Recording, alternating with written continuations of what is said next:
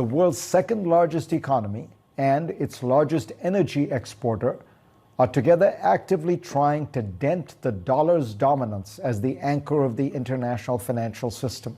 Brazil, Russia, India, China, and South Africa. These countries all have emerging economies. So what happens if our economy and the U.S. dollar are no longer the world's dominant currency? The propaganda machines that are Fox and CNN are finally talking about what we have been talking about for years. A lot of countries do not want the dollar as the world reserve currency anymore because of the ridiculous amounts of government spending that has been happening over the past 20 years. The Chinese yuan doesn't seem like a better choice as it is just another fiat currency. So there's only really one option here, and that is Bitcoin. Crypto family, welcome back to the channel. If you're new, consider subscribing. We have new crypto videos coming out every single day. And as you guys just saw right there in those past two clips, one from CNN, one from Fox, the mainstream media is talking about the BRICS nations moving away from the United States dollar and going into the digital yuan. It's very funny as you guys are going to watch these clips coming up. CNN is basically saying the Biden administration has done a great job doing this, and Fox has basically blamed this on Biden. You guys know how those propaganda machines work. But one thing you guys should think about while watching these clips here is, we have been paying attention to this. Most of you guys watching this video probably have because you're in the crypto community. But what is the solution to this? They are just basically raising the problem, not really talking about any solutions to this. But the solution, in the Bitcoin Bros' opinion, is Bitcoin, a decentralized money. No government can control it. No government can print more Bitcoins. No one source of power. That's the problem right now with the United States dollar. And it's why some of these countries in the BRIC nations want to move away from the United States dollar because they don't have complete control over it. As the United States prints more money, it causes inflation here in the United States. But it's even worse in other countries because other countries have to trade back and forth for the United States dollar. So as you guys watch this clip, just think about that, and also think about, what do you think the solution is? Put your thoughts in the comment section below. Is it Bitcoin? Is it Ethereum? Is it one of these other decentralized cryptos? Decentralized everything? I want to know what you guys think, but check these two clips out. Very, very interesting. You can see how both of these news networks talk about it a little bit differently. But let's go ahead and check them out here. Here's my take. The most interesting outcome of the three-day summit between Vladimir Putin and Xi Jinping got limited media attention. Describing their talks, Putin said, "We are in favor of using the Chinese yuan for settlements between Russia and the countries of Asia, Africa, and Latin America."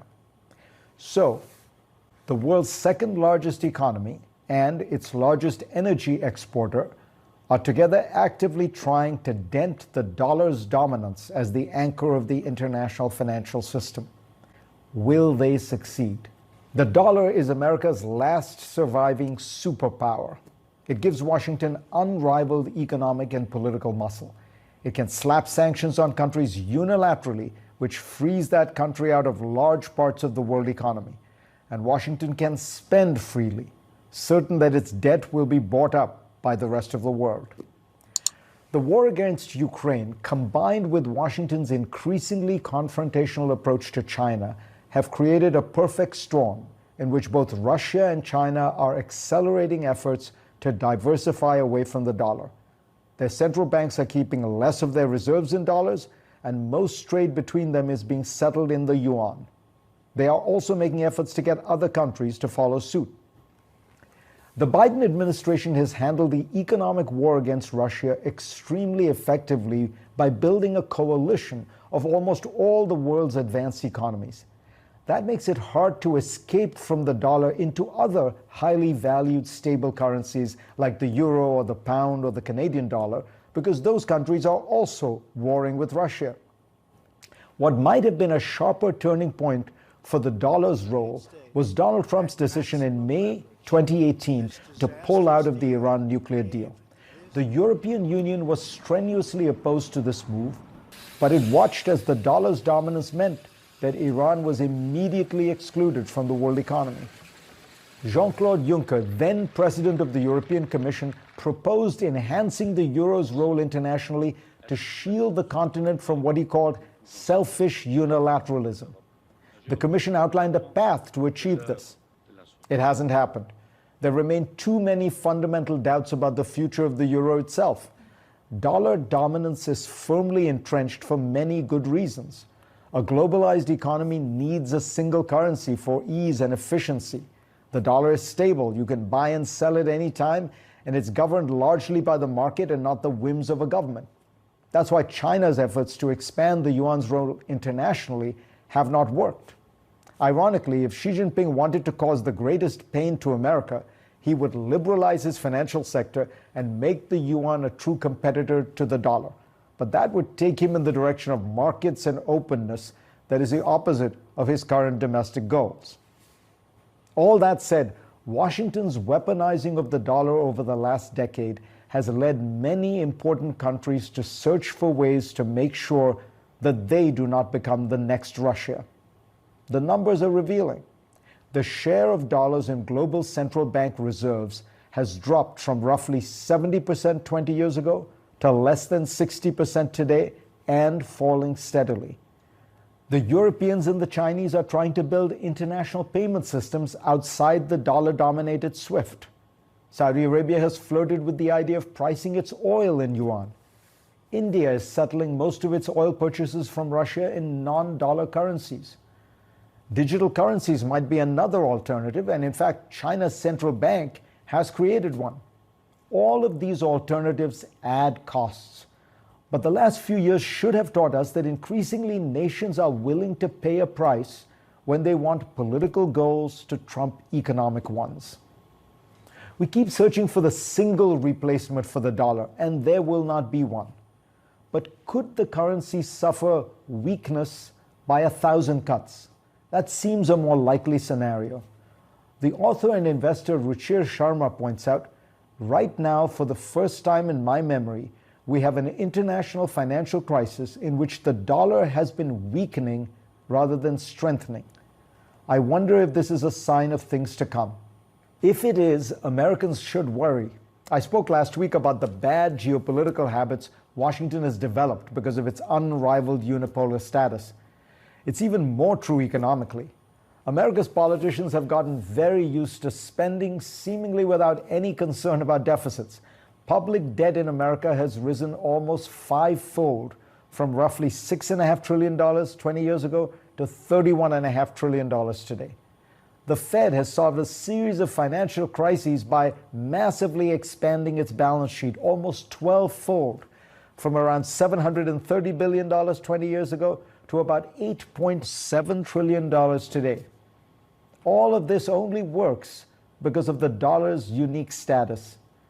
If that were to wane, America will face a reckoning like none before. President Putin announced this week that Russia will begin using the Chinese yuan for international payments instead of the dollar. Saudi Arabia is also in talks with Beijing to do the same thing. Speaking of Saudi Arabia, meanwhile, they're in talks with Iran as well to consider an economic alliance with China and Russia. And they can even be joining the BRIC countries, which is an acronym for these countries here, Brazil, Russia, India, China, and South Africa. These countries all have emerging economies.